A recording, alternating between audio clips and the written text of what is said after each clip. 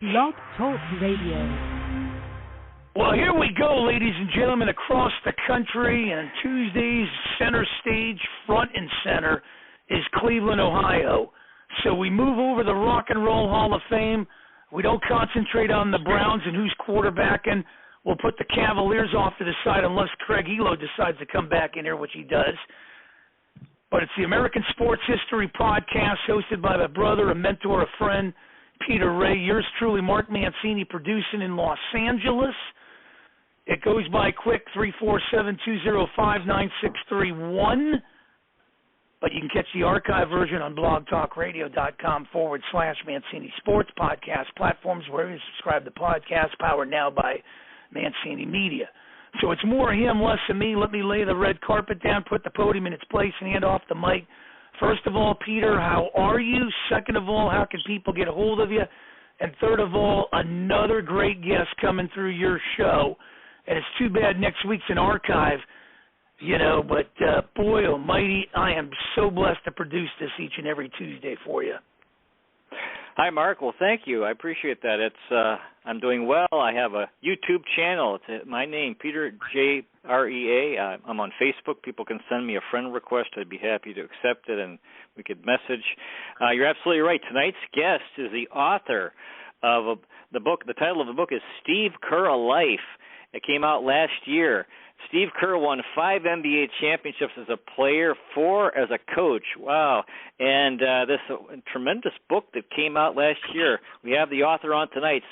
Welcome, Mr. Scott Howard Cooper. How are you guys? I'm excited to be here. Oh, very well. First of all, Scott, do you want to give us an overall view of your book on Steve Kerr? It's I'll tell you how I pitched it to the publisher when we had the conversations when talking to who was interested in buying this book to publish it.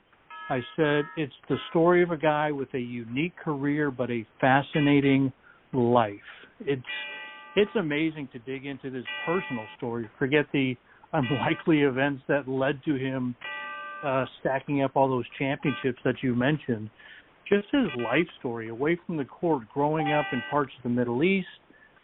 He lost his father, who was assassinated when Steve was a freshman at the University of Arizona. He was a college player who blew out his knee and was told your career is over. It obviously wasn't. He's a guy that never thought he could play in the Pac-10, as it was at the time, let alone have any kind of pro career. By the time he got to a senior, he was so optimistic. He went all the way to saying, maybe I can squeeze a year or two out of the NBA. And he played 15. It's just the most incredible life story in the NBA. Yeah, I'm really, I would say, an international person interested in foreign countries. And, you look at the NBA, it seems to me to be the most international American sport, and followed all over the world. And now you have so many international players in the NBA. And Steve Kerr, he had much of his growing up was in Lebanon and Egypt. And I would, it seems to me that in the NBA you got a lot of cultural, ethnic and cultural differences on teams. And do you want to talk about Kerr's growing up in Lebanon and Egypt and how that might have helped him in his NBA career? Well, Beirut in particular, Lebanon, is a central part of his life. It's where he was born. It's where his parents met. His mom was a college student in Los Angeles, and she said, I'm going to take a year abroad, as a lot of people do, and ended up getting placed at this American university in Beirut. And one of the students there happened to be the son of 2 people who worked at the university. And they're both Americans. Malcolm Kerr was a guy that spent time in New Jersey, grew up in Princeton, still has family based there. But his parents were drawn to the Middle East. And so that's where Malcolm spent a lot of time. Steve's parents met there. As I said, Steve was born there, and that's where Steve's father was killed. So Lebanon is a large part of his life. And living in different parts of the world really shaped him in ways that we see now all these years later as he's become a head coach. The way he embraces other cultures, the way he's so interested in learning about new people and new places. He loves conversations, not just, I got to put up with this because I'm a famous person, but he's genuinely interested in learning about people and places. It shapes a lot of who he is now. Donnie from Rahwah, New Jersey. Hi, fellas. What's wrong with my New York Knicks? Costs me a mortgage to go watch them, and every year they just become the Washington Generals. Keep up the great work, Peter. Another great talent in Scott tonight. Any thoughts on the Knicks today, Scott? I wish that there was an answer that was different from the one that we could have given and have been giving for what, decades, right? It starts at the top. It's a dysfunctional organization. It's an ownership thing. There's obviously been problems with stability in the front office, in the coaching, on the sidelines, and I feel for their fans. It's such a great place. It's such a great arena, just a basketball energy. I believe what everybody says about it just feels different there, and that's from someone that's been there for a lot of NBA games.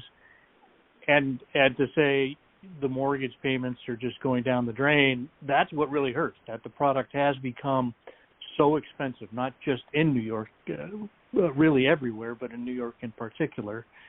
It's the same old problem.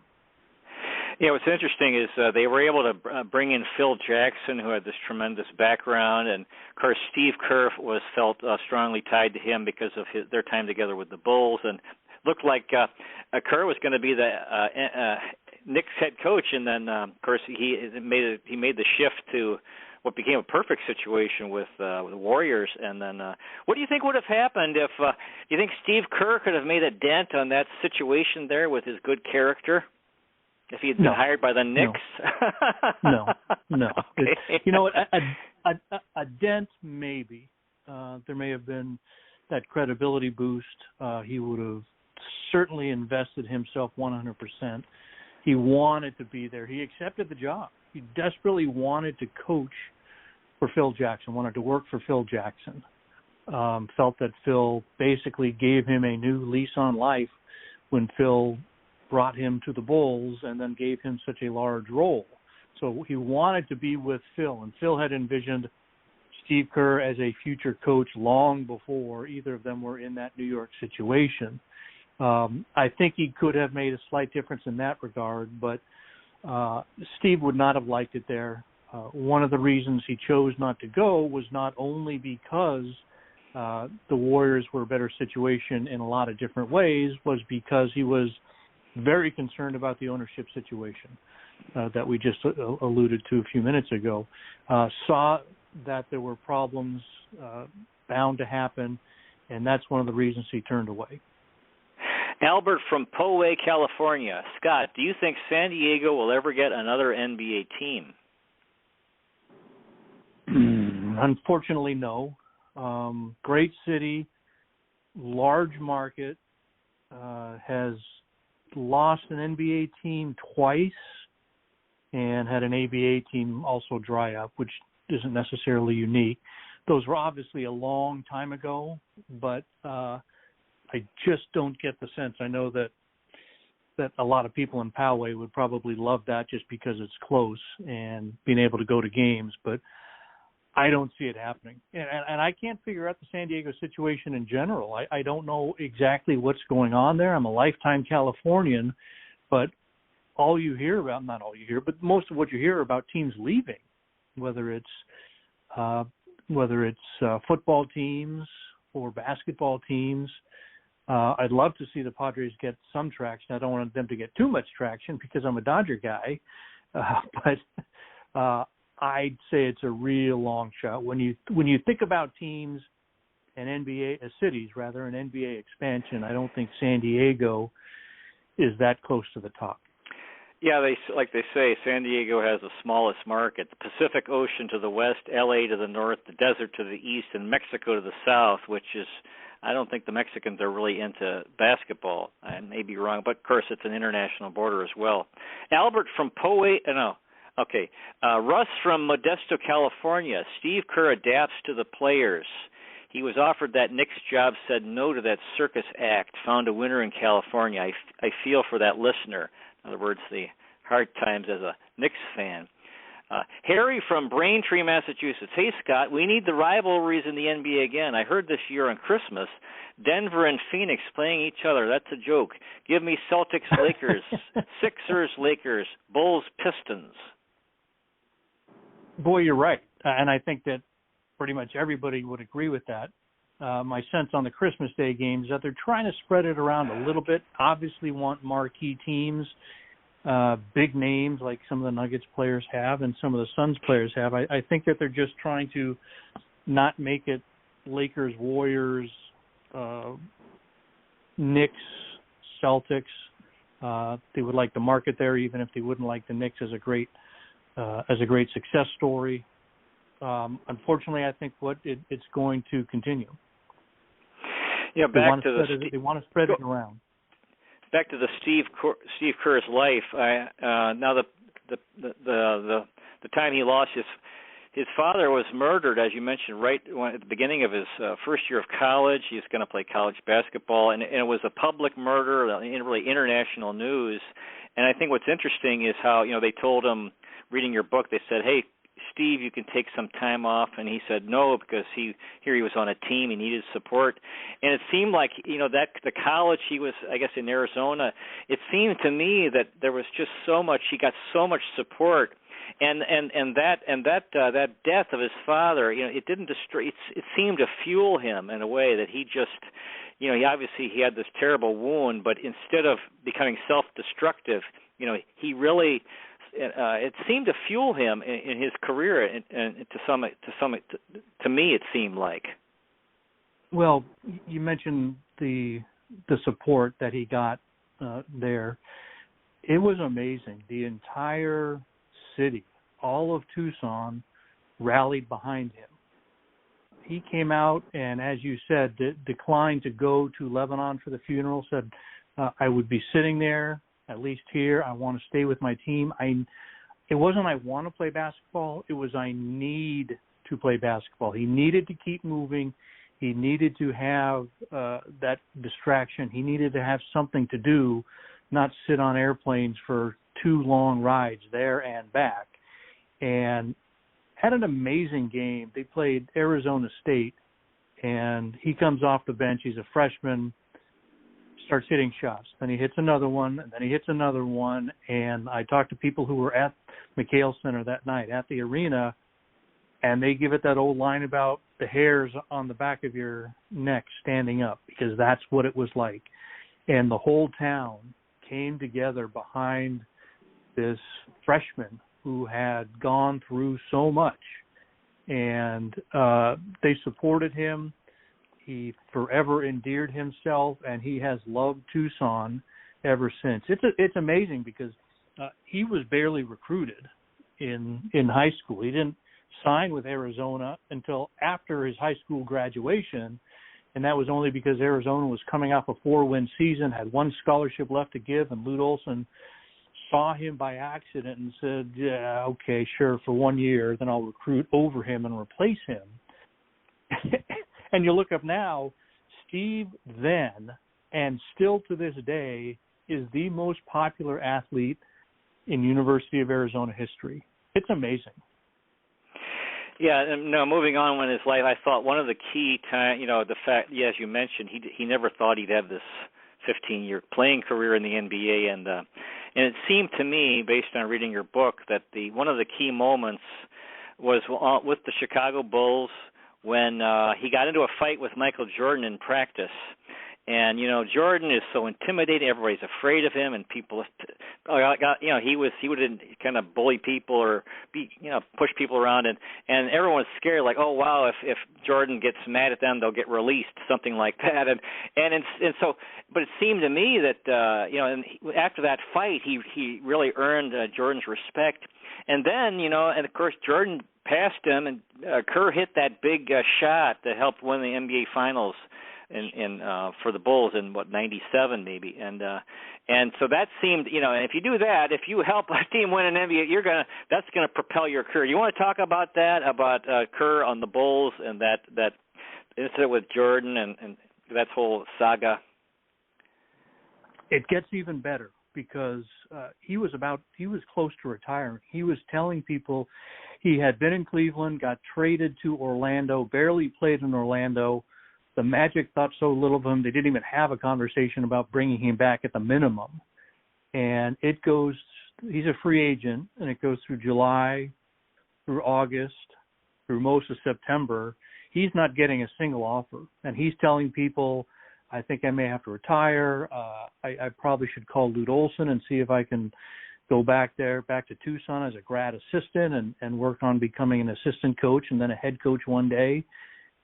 And he ends up going to the Bulls, and everything changes for him there. And among the many quirks of Steve's life story that we mentioned before were so amazing is the way bad things turned into good. And one of the bad things was getting clocked by Michael Jordan, and losing a fight and losing it badly ended up becoming one of the best things that ever happened to him, because at least he was going to stand up to Michael Jordan.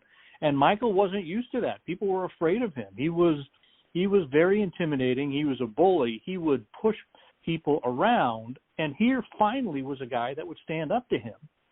And that earned so much respect from Michael Jordan. And then, as you mentioned, hits not just the game winner, but the series winner, delivers a championship to Chicago. And that's one of the reasons why a guy who came off the bench for basically his entire time with the Bulls is one of the most popular people in Chicago sports today, even when he goes back now, all these years later.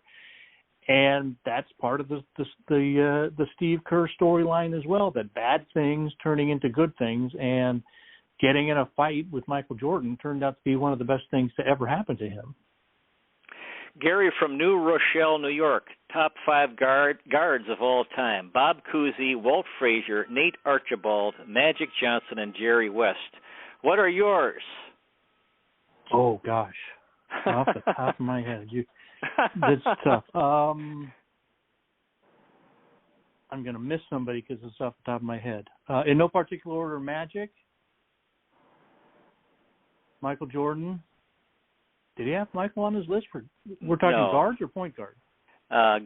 He just says guards. All right, I'm gonna have Michael there. He squeezes into my top 5 on the guards. I think John Stockton gets overlooked way too much. People obviously think he's a Hall of Famer. There was nothing he wasn't great at. He was a great passer, vision, really good defender, great shooter, showed up every single night. I'm going to have John Stockton in my top 5. I don't know who we're missing. Yeah, I'll go there. I'll start with there and have to apologize that I didn't have a list handy. I'm running through all these names in my head. I don't want to leave anybody out. Okay, back to Steve Kerr's life.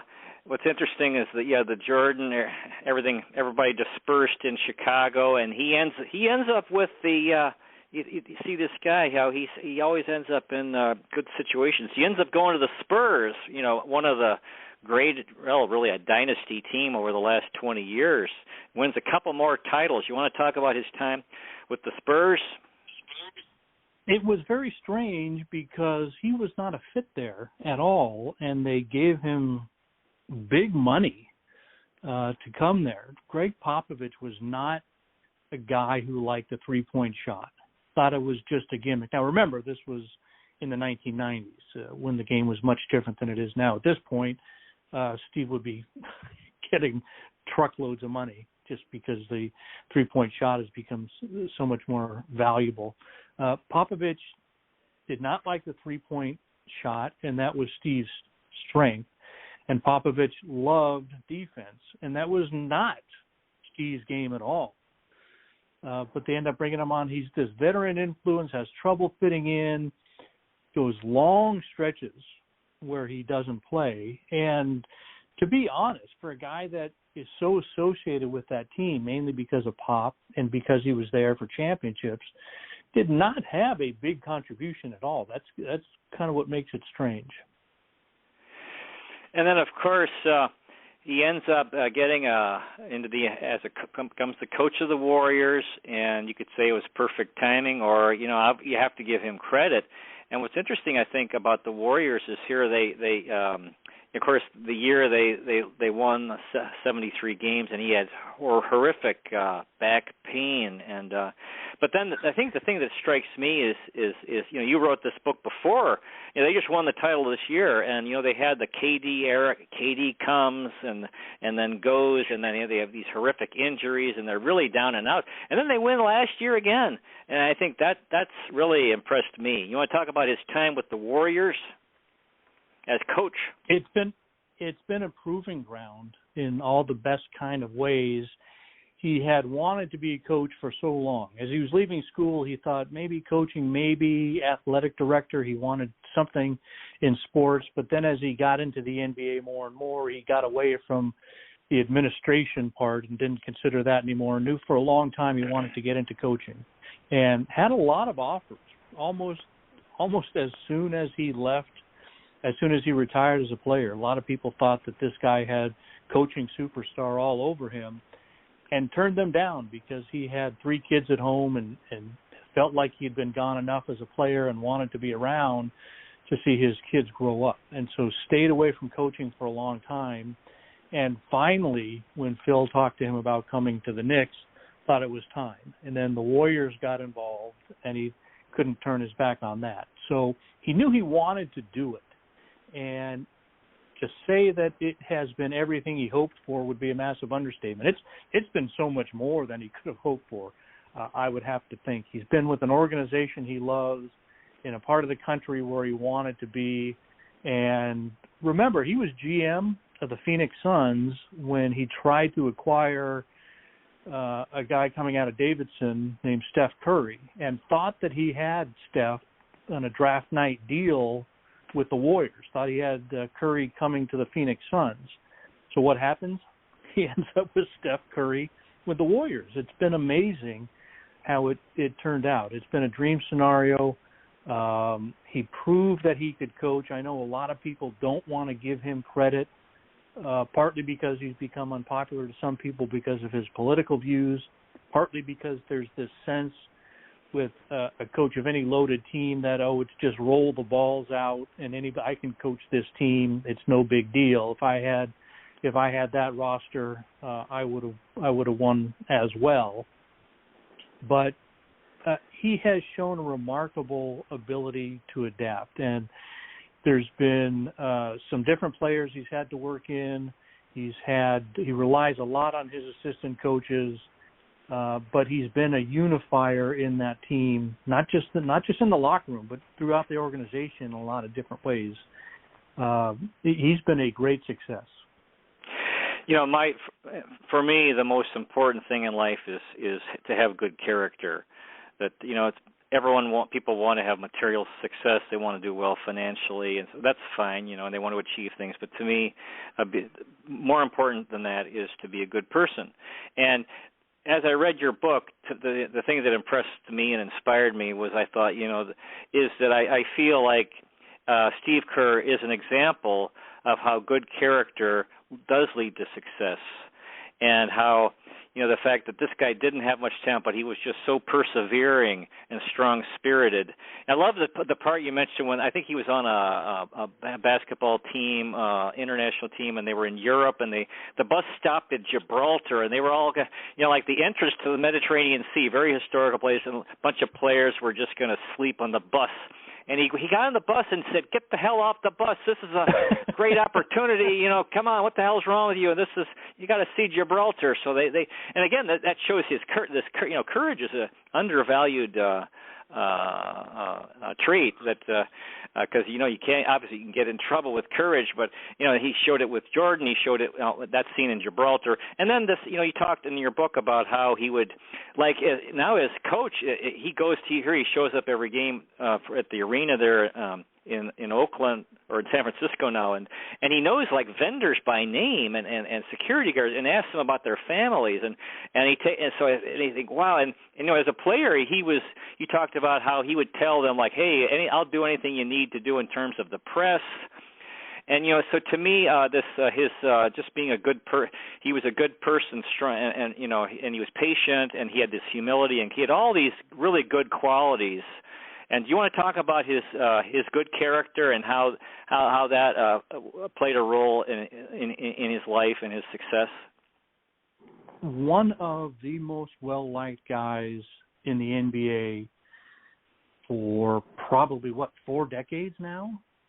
Maybe even longer if you go back before he actually came into the league in the late 1980s. Nobody is liked by everybody.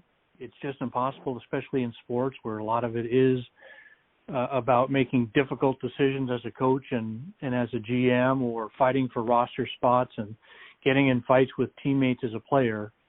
But Steve probably comes as close to anybody. I've never sat down and done any kind of ranking of most well-liked guys in the league since the 1980s, but I tell you what, you don't get very far before you mention Steve Kerr's name. He is in a special place in this league in that regard, that he is so well-respected. He is so well-liked. Again, I get that's not the case in some communities around the country because of his political views, but within the NBA, you'd have to work really hard to find many people who don't like him. He's a good guy. He's down to earth. He cares about other people. He is so appreciative of his success. He doesn't go around big leaguing people nearly as much as he could. If we mentioned his ring count at the start of the conversation, most people who've opened up a jewelry store in their house with all those championship rings could really be a jerk and get away with it, and he's the farthest thing from it. Yeah, see, this is the problem, that you often see with wealth and fame is the development of pride, and then people misbehave. And, for the average person, if you misbehave, there are consequences, and people react badly, and then you think, all right, I was wrong, I shouldn't do that. But when you're rich and famous, that's the pitfall where you can misbehave and then nothing happens, and then so you don't realize you've done something wrong, and then you continue to misbehave because you think, well, I can't make a mistake because I am whoever I am, and that's so anyway. That never happened. So you have to give him a lot of credit for remaining humble and caring and not being self-centered. A lot of the guys say that's what impressed me when he thought, wow, he knows the vendors by name. Well, he's there every day, and he took the time. These people that they're just but it takes all those people in an organization. So to me, a guy like Steve Kerr is so good for morale.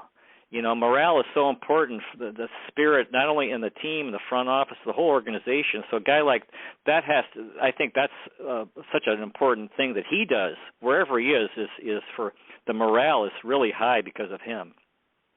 I talked to so many people in the research for this book who wanted not only to speak of what they saw of Steve on the court or in a basketball setting, whether as a coach or a GM, an announcer, of course, or as a player, but wanted to speak of him away from the game and share their stories. And so many people had these, I got to tell you this one about Steve after a practice, or I hadn't talked to him in 5 years and I sent him a text and, gosh, he was so great in responding to me.